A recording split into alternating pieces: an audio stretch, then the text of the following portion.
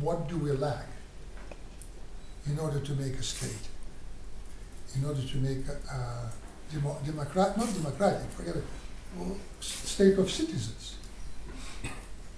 The event that happened in Konchalovsky, I think everyone knows what happened in Konchalovsky. Who doesn't? It's about 2 months ago in a little village. 12 people were murdered, and it became a great scandal. Only for 12 people were murdered, only because there were some TV crew from Moscow television. They were shooting there. If they wouldn't be shooting there, no one would know it. And the governor, whatever, they will get away with it completely free because it happens all the time. Maybe not 12, but 3. Not 3, 1. Every hour someone is killed in Russia. And it's not political suppression. It's not something that is a government doing. It's just Russian war with everyone against everyone. It's all about money. It's like 12th century or 9th century in Europe. It's a feudal thing, feudal mentality. What happened there is very logical. It's nothing, let's not think about it something extraordinary. It's absolutely normal, everyday life of Russian province. In Western Europe, they had this life.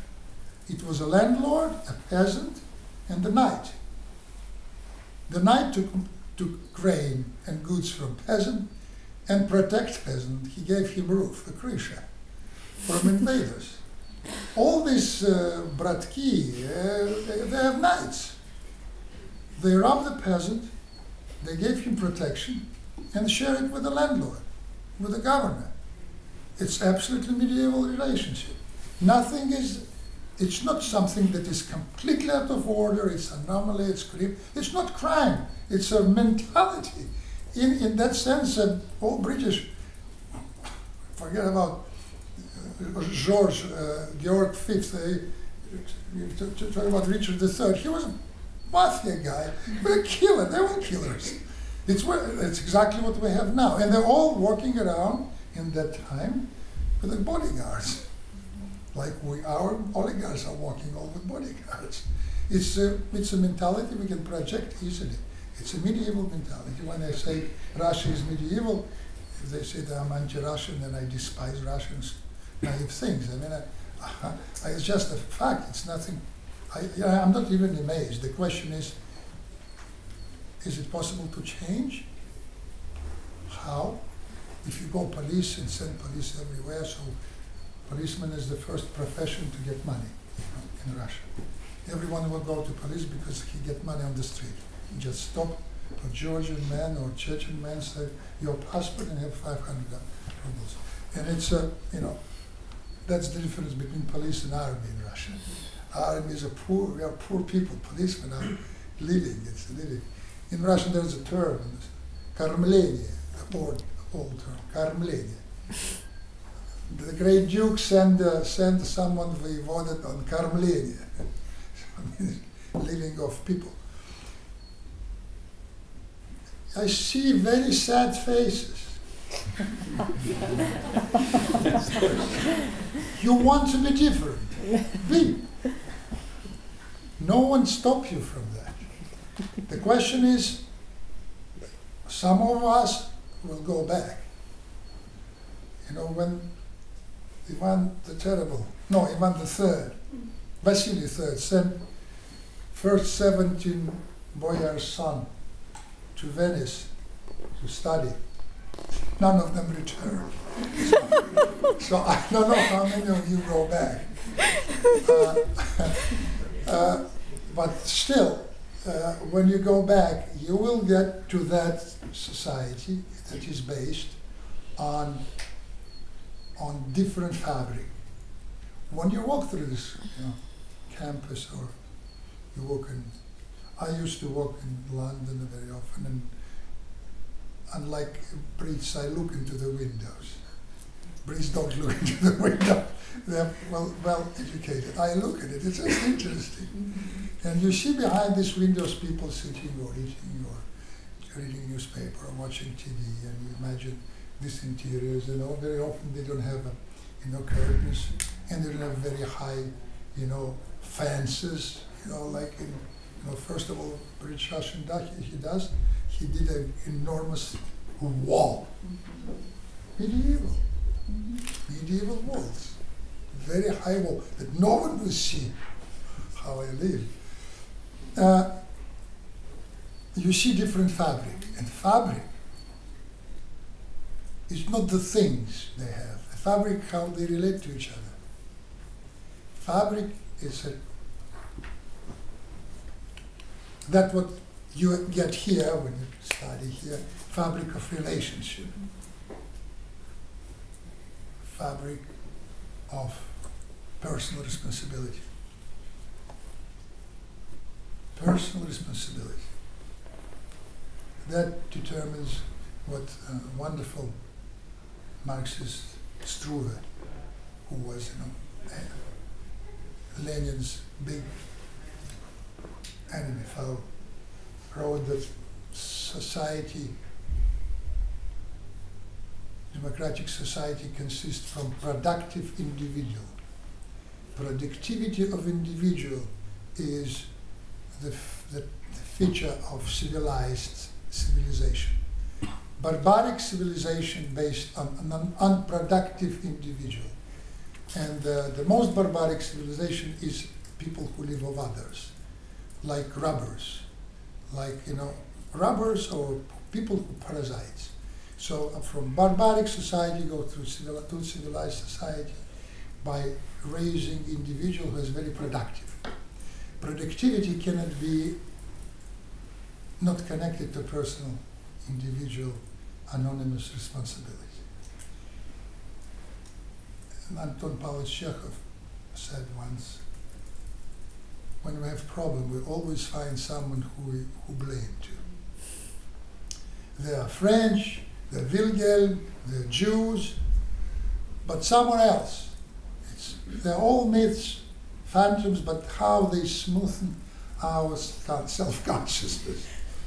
And it's very important thing to understand that I think the main feature of peasant society is not alienation of self-consciousness. So what happened to Western society? Alienation of self-consciousness means you look at yourself always from the someone point of view. Means God's point of view in terms of 16th century. But you always look at your actions as responsible for your own actions.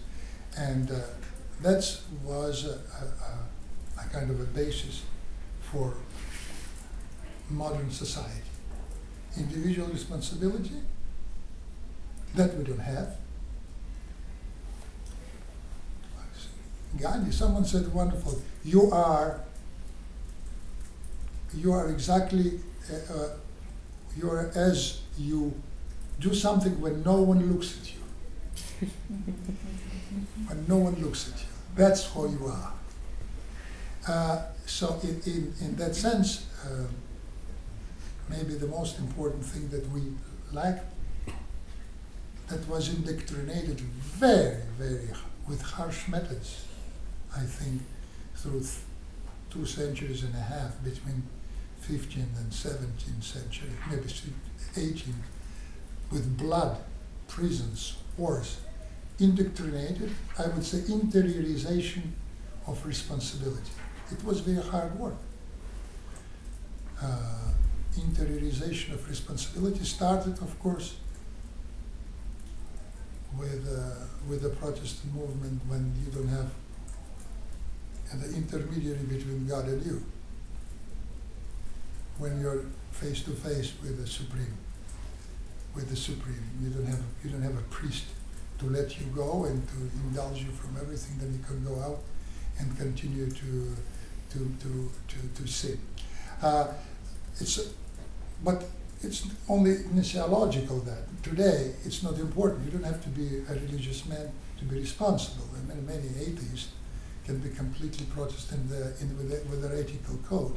I'm talking only in terms of Western, European Judeo-Christian society, because if you talk about Chinese, they're completely different. And when we say, what is the difference, it's very difficult to answer. Maybe you can answer, and I can agree with you or not. But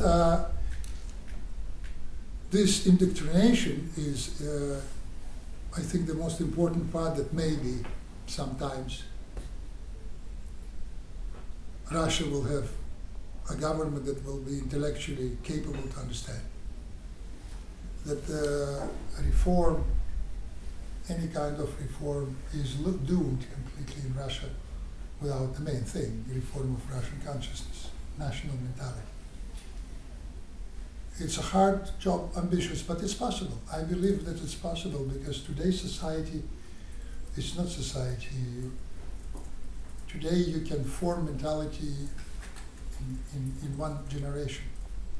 Besides internet, besides flash mob, besides that extraordinary propaganda machine that already exists, and besides the fact that there is no anymore.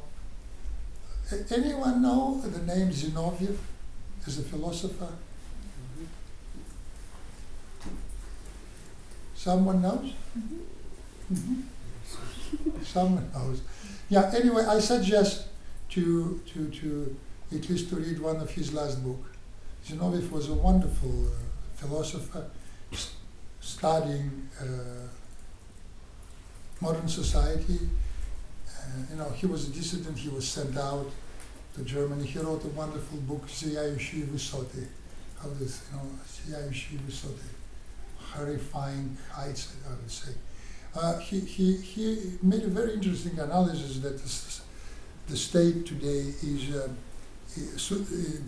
every state becomes basically a super state in terms of there is no anymore legislation, law enforcement, and the government. And there is a fourth power, mass media. It's all grew in one conglomerate, completely, intensely interlinked, everywhere. I don't believe in free press in America. I mean, there is a vision of it, but you can see how uniform American mentality or American press worked in Iraq, for example, in the war in Iraq. You can read CNN, you can see CNN, you saw everything is half truth. WikiLeaks proved it. So it's a conglomerate. So if this conglomerate we cannot break anymore, and this we just make vision, especially in Russia, we make look like the independent jurisdiction or independent law enforcement or independent elected individuals. I think it's all one big kind of octopusy. If it's like this, and we cannot change it, it goes this way. We need just to understand or think when this conglomerate of power will feel that they are unable to move Russian society forward without making a drastic and important study of Russian mentality, and then trying to figure out how scientifically, through church, school, army, propaganda, whatever. It's basically you need propaganda machine to indoctrinate at least one generation with the notion of clean toilet in the school, and responsibility, anonymous responsibility, because we need at least one generation, I am sure, one generation of parents, because without family, we cannot do it. You need at least I'm convinced, one generation of parents that will know that they're responsible. The main responsibility of a parent is to be responsible for the olds and for the youngsters. And if there is no such responsibility, There is no state. That's why Confucian and Chinese mentality is so strong. They don't have religion, but they have principles. Kill children and parents. And they are responsible in front of their parents. And that's what gives them enormous sense of responsibility and energy. We don't have in our families now responsibility. Look, more than 2 million children running around Russia with alive parents. This is a shame. I don't know, maybe Africa only has the same numbers. The Russia of just homeless children. Homeless children. You know what's going on with molestation? Maybe you don't know. It's horrifying.